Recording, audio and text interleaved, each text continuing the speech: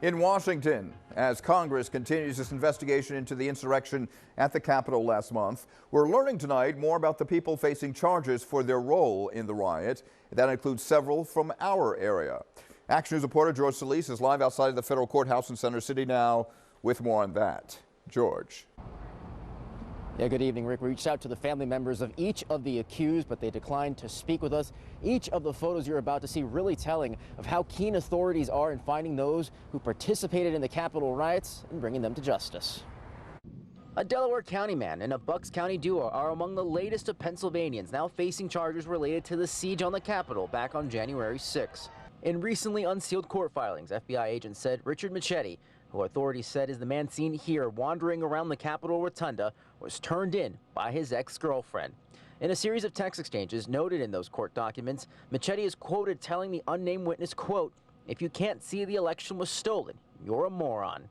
Agents also made note of video Machete sent while inside the Capitol. At Machete's last known address, there was no answer. A neighbor off camera told Action News she saw a flurry of police activity at the home in recent days. Much was the same response at the home of Raechel Genco in Levittown. Court filing said she and 37-year-old Ryan Samsel traveled to D.C. together and were spotted in restricted areas on the Capitol grounds. Samsel was charged with assault last month for assaulting police outside the Capitol steps. Authorities also noted he was out on parole and wanted on a warrant in New Jersey for an alleged assault in 2019. Court filings noted, quote, Samsel immediately became confrontational with a U.S. Capitol police officer with an aggressive posture. FBI agents also released these photos they said is Samsel as he pushed barricades down. The impact reportedly led to an officer hitting her head on the ground and eventually suffered a concussion. The injured officer recalled Samsel said, quote, "We don't have to hurt you. Why are you standing in our way?"